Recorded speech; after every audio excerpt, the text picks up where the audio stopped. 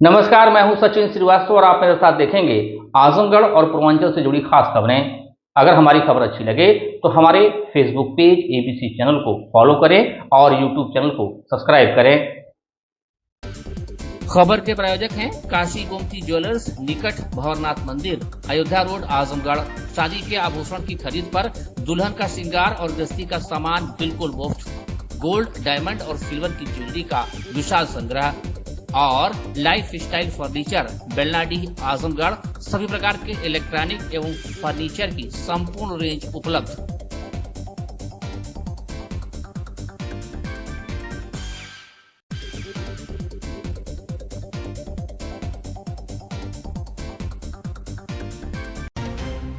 तो ये खबर आजमगढ़ से, जहां दिनांक 24 दिसंबर से 28 दिसंबर 2025 तक राजकीय पॉलिटेक्निक कॉलेज आजमगढ़ के मैदान में आजमगढ़ महोत्सव 2025 का आयोजन किया जा रहा है। उक्त के कार्यक्रम में शुक्रवार को जिलाधिकारी रविंद्र कुमार एवं वरिष्ठ पुलिस अधीक्षक आजमगढ़ डॉक्टर अनिल कुमार द्वारा कलेक्ट्रेट सभागार में मीडिया की उपस्थिति में आजमगढ़ महोत्सव 2025 के लोगो, पोस्टर तथा थीम सॉन्ग को लॉन्च किया गया। जिलाधिकारी ने बताया कि राजकीय पॉलिटेक्निक ग्राउंड में 5 दिवसीय आजमगढ़ महोत्सव 2025 का आयोजन किया जा रहा है। आजमगढ़ महोत्सव के दौरान मनोरंजन के साथ साथ व्यावसायिक गतिविधियों को बढ़ावा दिया जाएगा।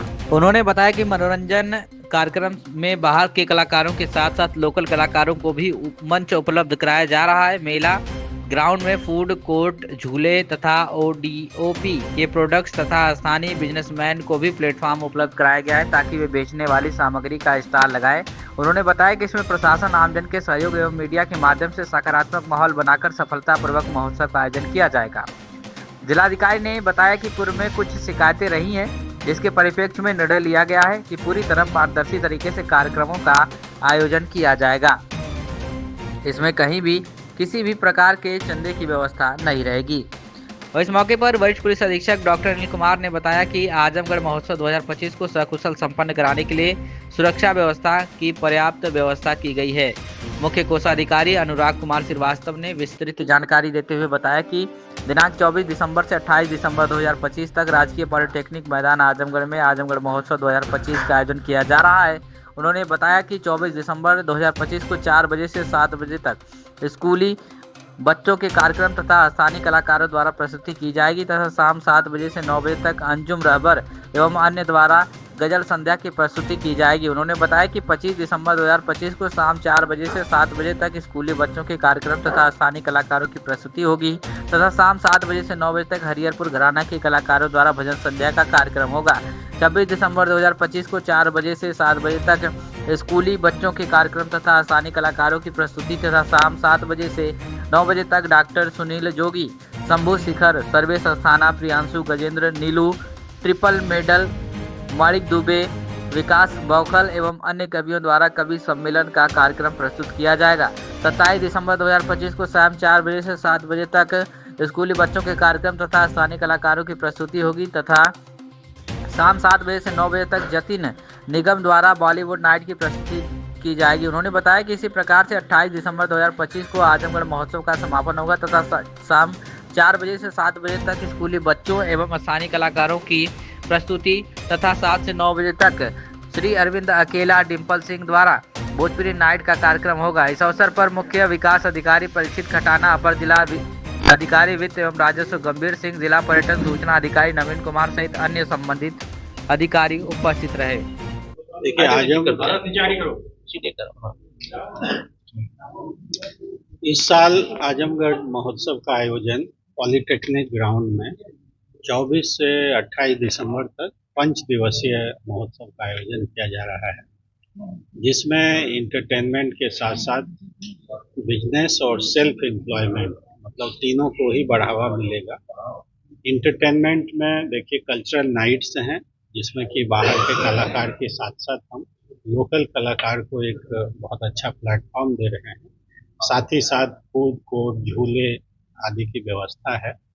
बिजनेस और जो सेल्फ एम्प्लॉयमेंट की बात है तो इसमें ओडीओटी के प्रोडक्ट्स हैं और भी जो लोकल बिजनेसमैन हैं वो भी, उनको भी हमने प्लेटफॉर्म दिया है कि वो भी अपने जो बेचने वाली सामग्री है उसका स्टॉल लगाएं।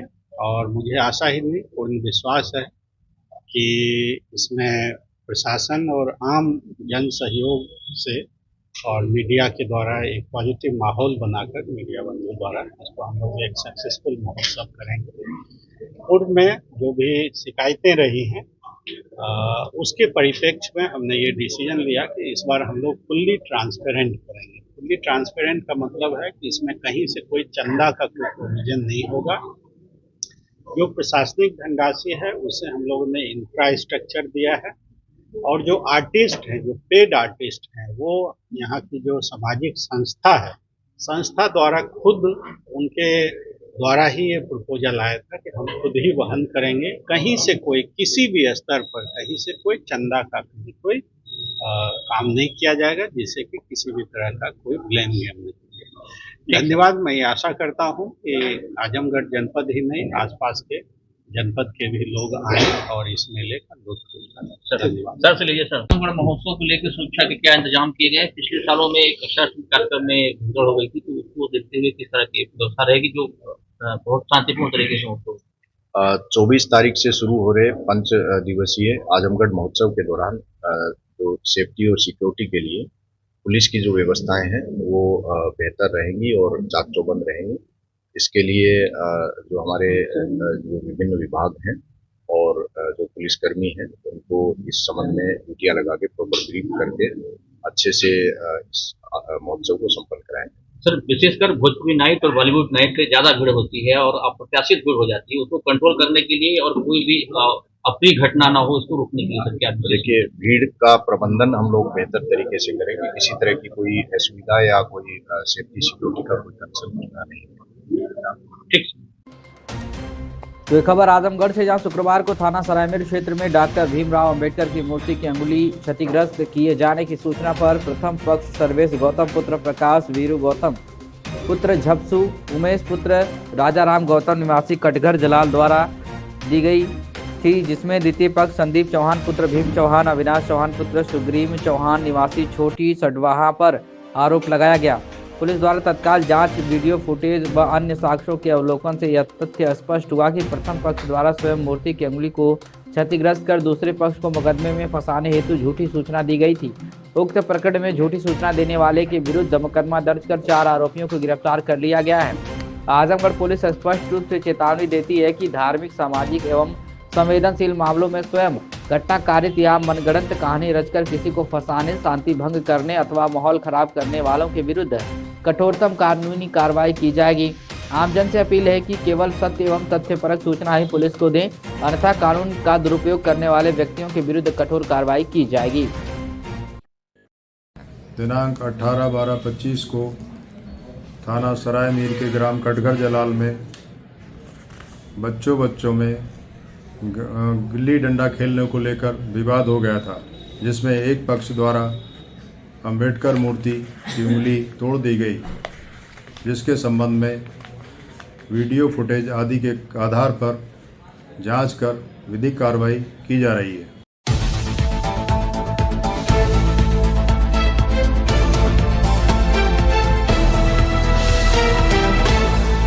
नमस्कार, मैं हूं सचिन श्रीवास्तव और आप मेरे साथ देखेंगे आजमगढ़ और पूर्वांचल से जुड़ी खास खबरें। अगर हमारी खबर अच्छी लगे तो हमारे फेसबुक पेज एबीसी चैनल को फॉलो करें और यूट्यूब चैनल को सब्सक्राइब करें। खबर के प्रायोजक हैं काशी गोमती ज्वेलर्स, निकट भंवरनाथ मंदिर, अयोध्या रोड, आजमगढ़। शादी के आभूषण की खरीद पर दुल्हन का श्रृंगार और गृहस्थी का सामान बिल्कुल मुफ्त। गोल्ड, डायमंड और सिल्वर की ज्वेलरी का विशाल संग्रह और लाइफ स्टाइल फर्नीचर, बेलनाडीह, आजमगढ़। सभी प्रकार के इलेक्ट्रॉनिक एवं फर्नीचर की संपूर्ण रेंज उपलब्ध।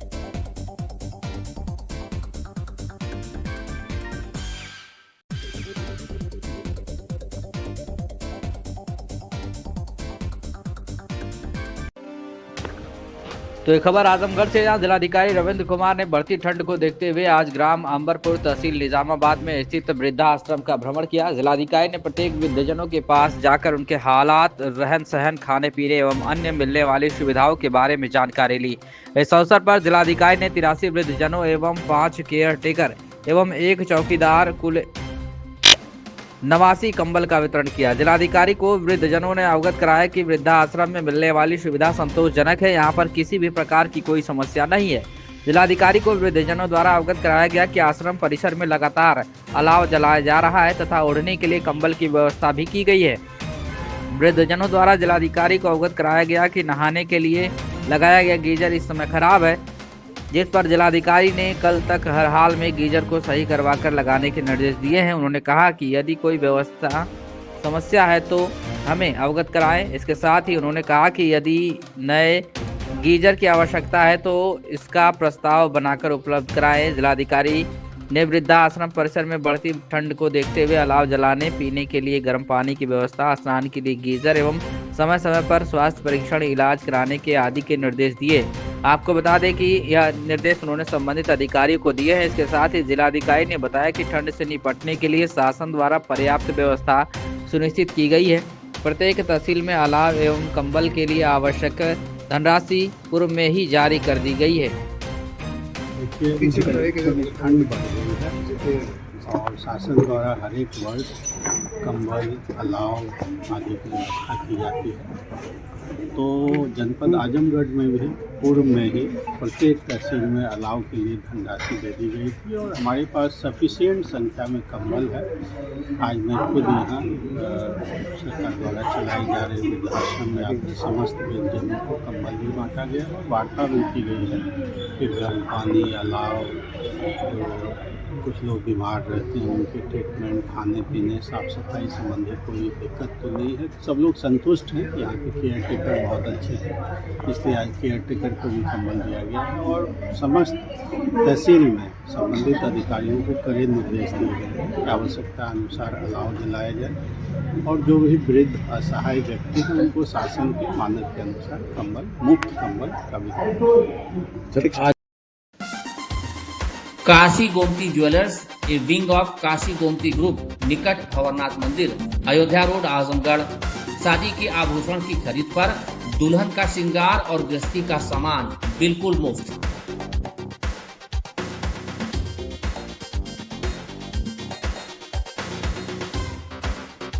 गोल्ड, डायमंड और सिल्वर की ज्वेलरी का विशाल संग्रह, शुद्धता की 100% गारंटी।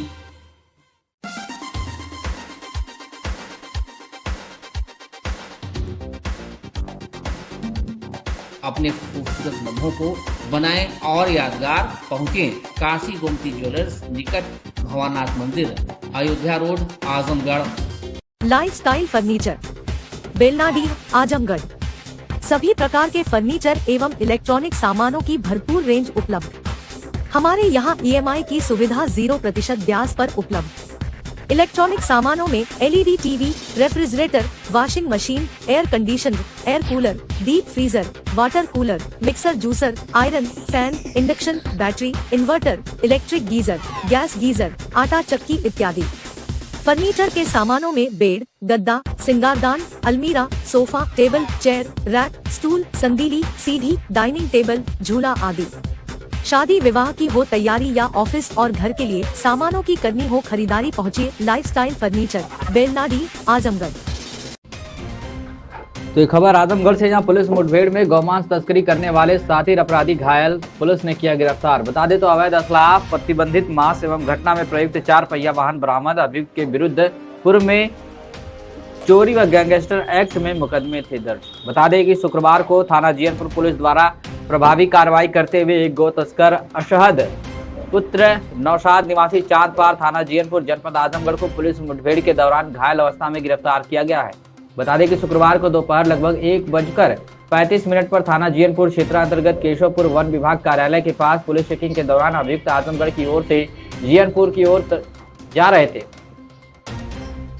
पुलिस को देखकर अभियुक्त द्वारा भागने का प्रयास किया गया तथा पुलिस पर फायर किया गया। पुलिस द्वारा आत्मरक्षार्थ की गई जवाबी फायरिंग में अभियुक्त के दाहिने पैर में गोली लगने से वह घायल हो गया है, जिससे तत्काल पुलिस हिरासत में लेकर उपचार हेतु अस्पताल भेजा गया है। बता दें कि घायल अभियुक्त की पहचान अशहद पुत्र नौशाद निवासी चांदपार, थाना जीयनपुर, जनपद आजमगढ़ के रूप में हुई है। घायल अभियुक्त के कब्जे से 1 अदद नाजायज तमंचा 315 बोर, 1 अदद खोखा कारतूस 315 बोर, 2 अदद जिंदा कारतूस 315 बोर, 1 4 पहिया वाहन, प्रतिबंधित मांस 19 किलोग्राम, नगद 1400 रुपए बरामद किया गया है। पूछताछ में अभियुक्त द्वारा बताया गया कि वह ग्राम के शिवान एकांत स्थानों में गौवंश का अवैध रूप से वध करता था वध के उपरांत प्रतिबंधित मांस को छोटे छोटे टुकड़ों में विभाजित कर 4 पहिया वाहन के माध्यम से चोरी छिपे विभिन्न स्थानों पर ले जाकर फुटकर में बिक्री करता था ताकि किसी को संदेह न हो। अभियुक्त द्वारा यह भी बताया गया कि वह पुलिस की नजर से बचने के लिए स्थान व समय बदल कर बिक्री करता था तथा ग्राहकों से नगद धनराशि प्राप्त करता था। क्या कुछ कहना है इस पूरे मामले को लेकर अनिल कुमार वर्मा सीओ सगड़ी का, सुनिए। आज दिनांक 19/12/25 को प्रभारी निरीक्षक जीवनपुर को मुखबिर द्वारा सूचना मिली कि शातिर अपराधी अशहद, जो ग्राम चांदपार का रहने वाला है, एक सफेद रंग की स्विफ्ट गाड़ी से गौ मांस के साथ आजमगढ़ की तरफ से आ रहा है। इस सूचना पर विश्वास करके पुलिस द्वारा जीवनपुर प्रभारी निरीक्षक द्वारा मैं फोर्स के इसकी घेराबंदी की गई तो ये केशवपुर जंगल की तरफ भागा। पुलिस द्वारा पीछा करने पर इस बदमाश द्वारा जो है पुलिस पर जान से मारने की नीयत से फायर किए गए। पुलिस ने आत्मरक्षार्थ इसका जवाबी फायर किया तो इसके दाहिने पैर में गोली लगी। इसके पास से एक तमंचा, कारतूस एवं गौ मांस बरामद हुआ है। जो ये थाना जीवनपुर का शातिर अपराधी है, इसके विरुद्ध थाना जीवनपुर में चोरी एवं गैंगस्टर के अभियोग पंजीकृत हैं। विधिक कार्रवाई अमल में लाई जा रही है। इसे जो है उपचार हेतु जिला अस्पताल आजमगढ़ भिजवाया गया। तो ये खबर आजमगढ़ से। यहाँ शहर के ब्रह्मस्थान स्थित सुखदेव पहलवान स्पोर्ट स्टेडियम में बेसिक शिक्षा विभाग द्वारा आयोजित 2 दिवसीय जिला स्तरीय बेसिक बाल क्रीड़ा प्रतियोगिता के समापन अवसर पर बतौर मुख्य अतिथि पहुंचे संयुक्त शिक्षा निदेशक नवल किशोर। विशिष्ट अतिथि प्राचार्य डायट अमरनाथ राय का बीएससी राजीव पाठक के नेतृत्व में खंड शिक्षा अधिकारी अजय कुमार तिवारी, दिनेश कुमार वर्मा, कुलदीप नारायण सिंह, नवनीत कुमार चौबे के द्वारा संयुक्त रूप से माल्यार्पण व स्मृति चिन्ह भेंट कर स्वागत किया गया। इस अवसर पर मुख्य अतिथि ने कहा कि प्रतियोगिता में हमारे परिषदीय स्कूलों के बच्चों ने जो बेहतर खेल का प्रदर्शन किया है अत्यंत प्रशंसनीय है। खेल के द्वारा बच्चों का शारीरिक, मानसिक, सामाजिक, सांस्कृतिक एवं चारित्रिक विकास होता है। खेल में खेल की भावना का विशेष ध्यान देना चाहिए। जीत या हार महत्वपूर्ण नहीं बल्कि प्रतिभाग करना ज्यादा महत्वपूर्ण होता है। अंकों के आधार पर चली इस प्रतियोगिता में तहसील निजामाबाद प्रथम, बोडनपुर द्वितीय और तृतीय स्थान हरैया को क्रमशः शील्ड प्रदान कर पुरस्कृत किया गया। इसके साथ ही अन्य विजेताओं को भी प्रशस्ति पत्र एवं मेडल प्रदान किया गया। बता दें कि प्रतियोगिता में जूनियर स्तर 600 मीटर दौड़ बालक वर्ग में पूर्व माध्यमिक विद्यालय भारपुर पिछवार के सौरभ यादव प्रथम तथा कंपोजिट शिकहुला के शौर्य यादव द्वितीय स्थान प्राप्त किए। जूनियर स्तर 600 मीटर दौड़ बालिका वर्ग में कंपोजिट विद्यालय भोपालपुर की श्रेया यादव ने तथा प्रथम तथा कंपोजिट विद्यालय शिकहुला की पुष्पा ने द्वितीय स्थान प्राप्त किया। प्राथमिक स्तर 200 मीटर दौड़ बालक वर्ग में प्राथमिक विद्यालय नैठी के सत्यम राजभर ने प्रथम तथा कंपोजिट विद्यालय हरिहरपुर के यश यादव ने द्वितीय स्थान प्राप्त किया। इस दौरान प्राथमिक शिक्षक संघ जिला अध्यक्ष सुरेंद्र प्रताप सिंह, जितेंद्र राय, उपेंद्र दत्त शुक्ला, मनोज कुमार त्रिपाठी, राकेश मणि त्रिपाठी, राजेश सिंह, संतोष राय, अवध राज सिंह, अनिल सिंह, दिनेश सिंह, अभिमन्यु यादव, सुग्रीव, प्रतिभा श्रीवास्तव, कंचन मौर्य आदि उपस्थित रहे। कार्यक्रम का संचालन अरविंद सिंह ने किया। क्या कुछ कहना है अमरनाथ राय, प्राचार्य डायट और राजीव पाठक BSA आजमगढ़ का सुनिए। बच्चों ने जो बेसिक बाल क्रीड़ा प्रतियोगिता होती है, बच्चे अपने स्कूल से लेकर ब्लॉक से लेकर तहसील से होते हुए यहाँ तक आते हैं और उनके खेल का प्रति उनकी जो जागरूकता है हमारे शिक्षक उनको प्रैक्टिस कराते हैं और बच्चों ने बहुत इस विपरीत मौसम में बहुत अच्छा प्रदर्शन किया अभी और उनका सराहनीय रहा। जनपद स्तरीय प्रतियोगिता जो आयोजित की गई है, क्या उद्देश्य है और क्या क्या कार्यक्रम रहा है? नहीं, आज जो है बेसिक की जो है बाल क्रीड़ा प्रतियोगिता जनपद स्तरीय जो है उसका आयोजन 2 दिवसीय प्रतियोगिता थी, तो उसका आयोजन कल से चल रहा था और आज जो है उसका समापन हुआ है।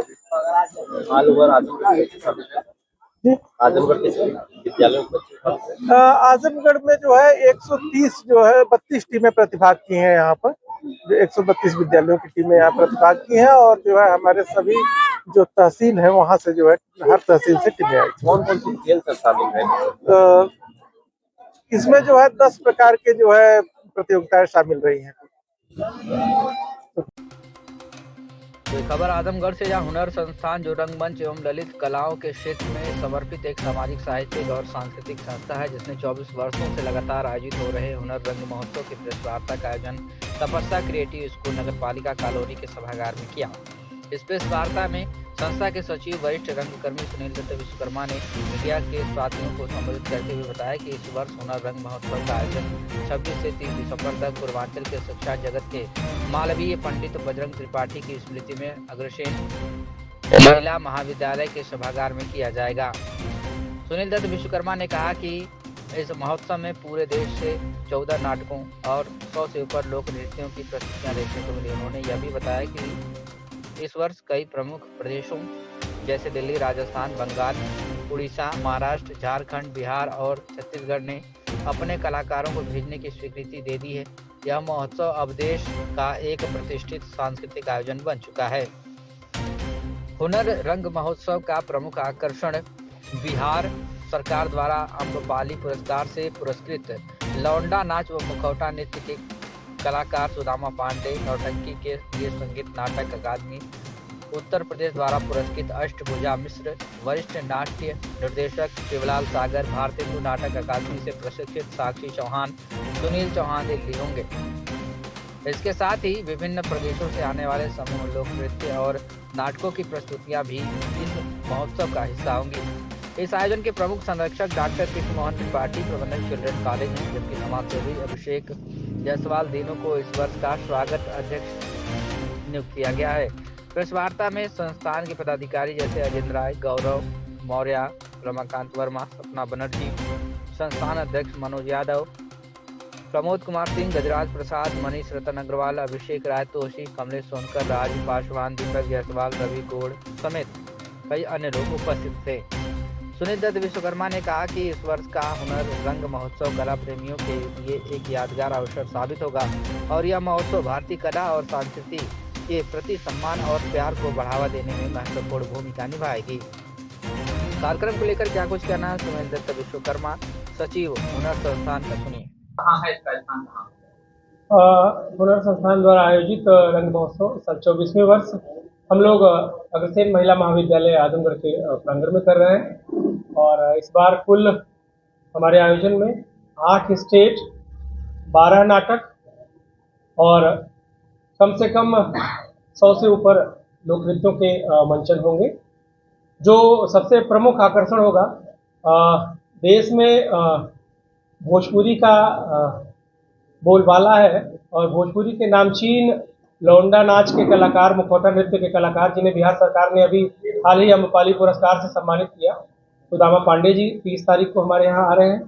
उसके अतिरिक्त भारतीय नाट्य अकादमी से प्रशिक्षित नाट्य निर्देशक साक्षी, सुनील चौहान, संस्कार भारती से जुड़े हुए और आज की तारीख में जिन्हें नौटंकी के क्षेत्र में कार्य करने के लिए संगीत नाटक अकादमी पुरस्कार भी मिला है, अष्टभुजा मिश्रा जी सहित तमाम बड़े कलाकार देश के कोने कोने से इस महोत्सव में हिस्सा लेने के लिए आ रहे हैं, जो अपने अपने नाटकों और नृत्यों का मंचन करेंगे।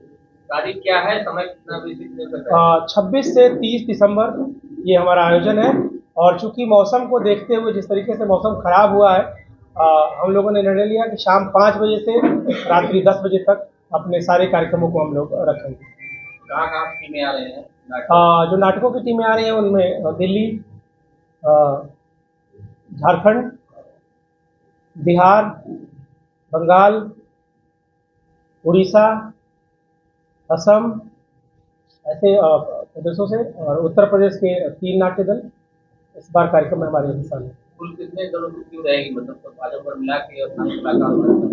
आजमगढ़ नहीं मैं कह सकता हूँ, पूरे देश को कह सकता हूँ, क्योंकि 12 नाटकों के दल हैं जो विभिन्न प्रदेशों के हैं और नृत्यों की संख्या भी 100 से कम नहीं रहेगी, जिसमें देश के नामचीन लोक नृत्यों के दल आ रहे हैं। इस बार बंगाल से बहुत ही बेहतरीन, बंगाल का जो कोलकाता का एक प्रमुख नृत्य का दल है, गोष्ठो देवनाथ, उनकी पूरी टीम आ रही है नृत्य कला केंद्र की।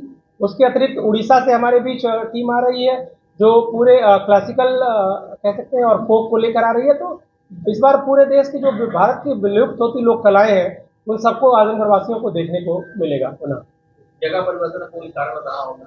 बच्चों के एग्जाम्स और प्रैक्टिकल्स आने के चलते थोड़ा सा इस बार जगह को हम लोग को परिवर्तित करना पड़ा, बाकी और कोई रीजन।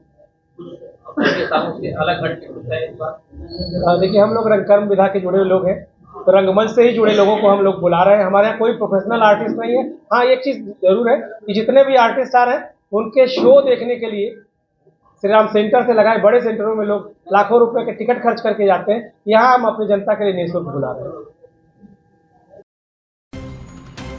तो ये खबर आजमगढ़ से, जहां शुक्रवार को AK सिंह राजपूत मंडल RTO अधिकारी ने सड़क सुरक्षा को लेकर चलाए जा रहे विभिन्न अभियानों की जानकारी देते हुए कहा कि आमजन को सड़क सुरक्षा के प्रति जागरूक करने के लिए लगातार विशेष कार्यक्रम आयोजित किए जा रहे हैं। उन्होंने बताया कि विभाग की टीम द्वारा निरंतर एनफोर्समेंट की कार्रवाई की जा रही है। वहीं आजमगढ़ मऊ बलिया में तैनात इंटरसेप्टर के माध्यम से ओवर स्पीडिंग सहित अन्य यातायात उल्लंघनों की निगरानी की जा रही है। सभी कार्यों की नियमित समीक्षा स्वयं उनके द्वारा की जा रही है ताकि सड़कों पर होने वाली दुर्घटनाओं पर प्रभावी नियंत्रण लगाया जा सके।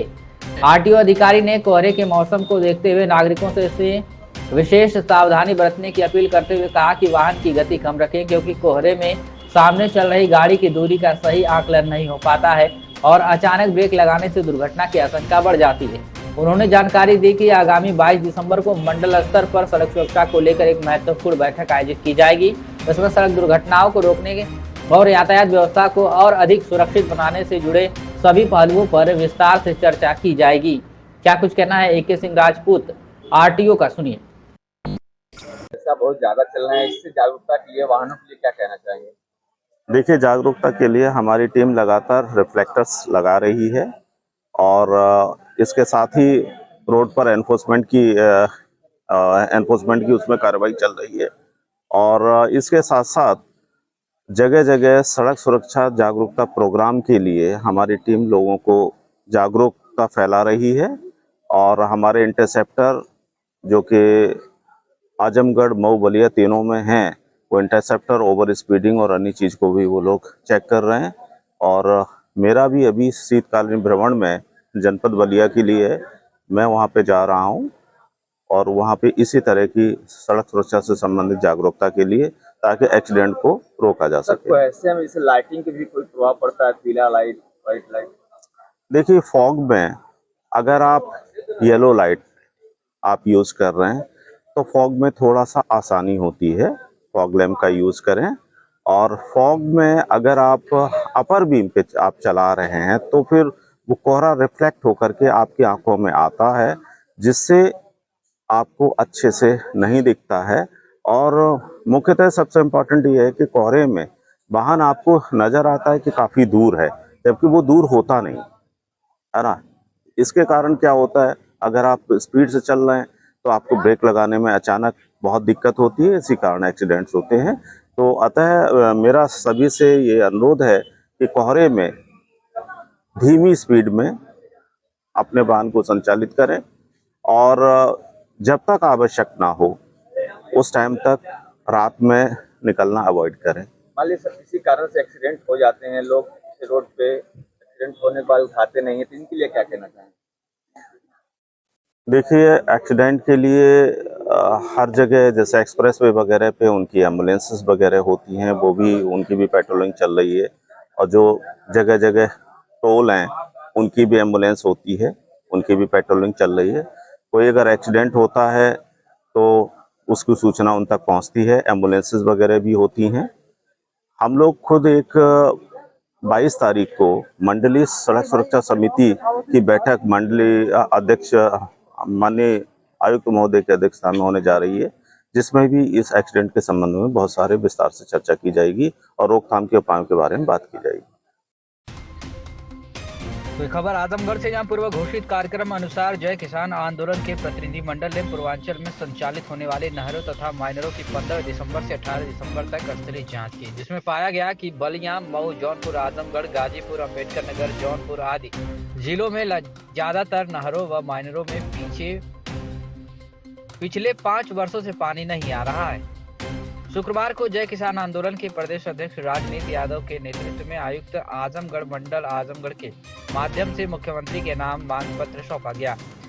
इस दौरान राजनीति यादव ने कहा कि पूर्वी उत्तर प्रदेश के आजमगढ़, मऊ, बलिया, जौनपुर, अम्बेडकर नगर, गाजीपुर आदि जिलों में नहरों का जाल है। ज्यादातर किसान नहरों से सिंचाई करते हैं। नहर विभाग की घोर लापरवाही व भ्रष्टाचार के कारण ज्यादातर नहरों तथा माइनरों में पिछले 5 वर्षों से पानी जा ही नहीं रहा।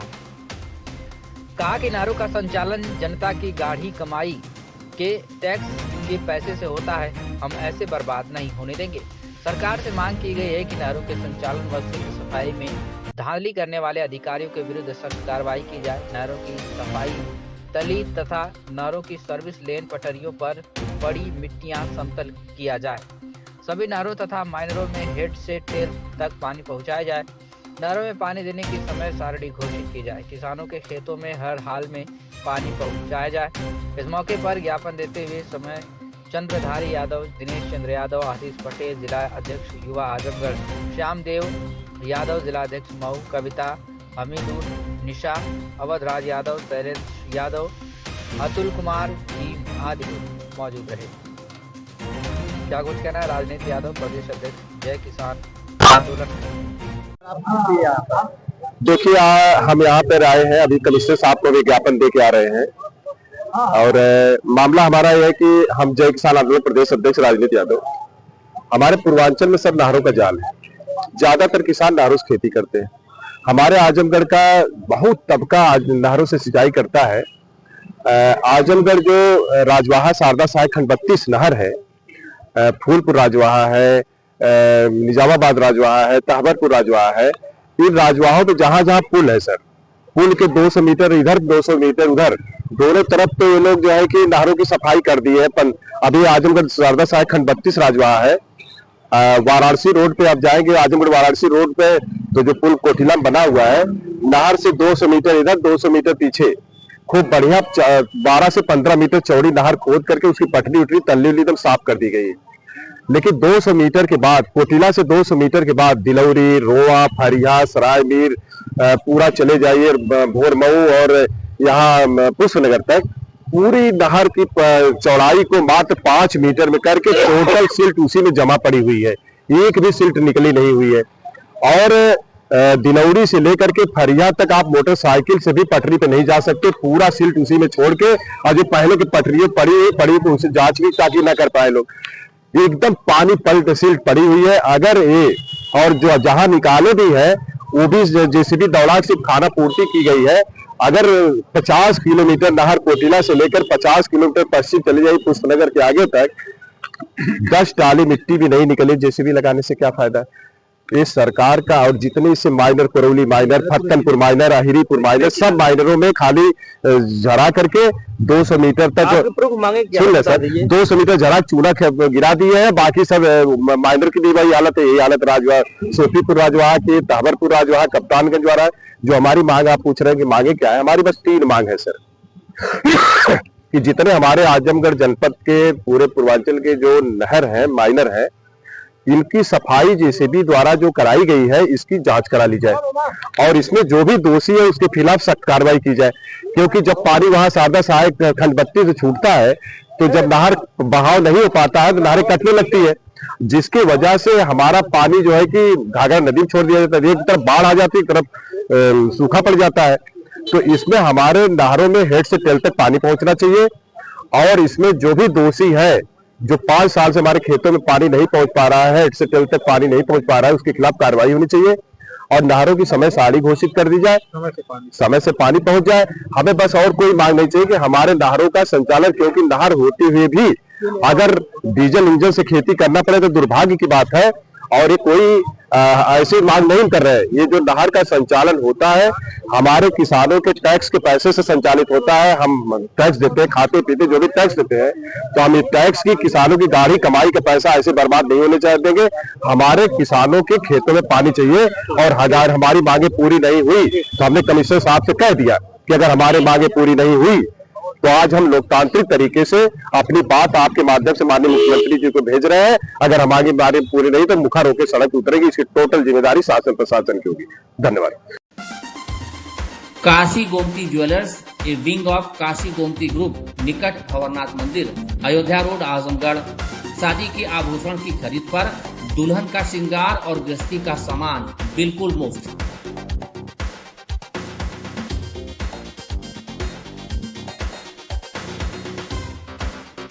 गोल्ड, डायमंड और सिल्वर की ज्वेलरी का विशाल संग्रह, शुद्धता की 100% गारंटी।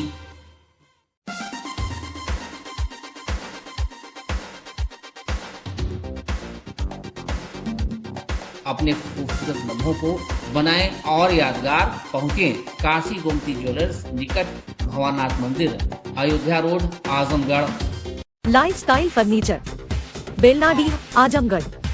सभी प्रकार के फर्नीचर एवं इलेक्ट्रॉनिक सामानों की भरपूर रेंज उपलब्ध। हमारे यहाँ EMI की सुविधा 0% ब्याज पर उपलब्ध। इलेक्ट्रॉनिक सामानों में LED TV, refrigerator, washing machine, air conditioner, air cooler, deep freezer, water cooler, mixer juicer, iron, fan, induction, battery, inverter, electric geyser, gas geyser, आटा चक्की इत्यादि। फर्नीचर के सामानों में बेड, गद्दा, सिंगारदान, अलमीरा, sofa, table, chair, rack, stool, संदीली, सीढ़ी, डाइनिंग टेबल, झूला आदि। शादी विवाह की हो तैयारी या ऑफिस और घर के लिए सामानों की करनी हो खरीदारी, पहुंचिए लाइफस्टाइल फर्नीचर, बेलनाडी, आजमगढ़।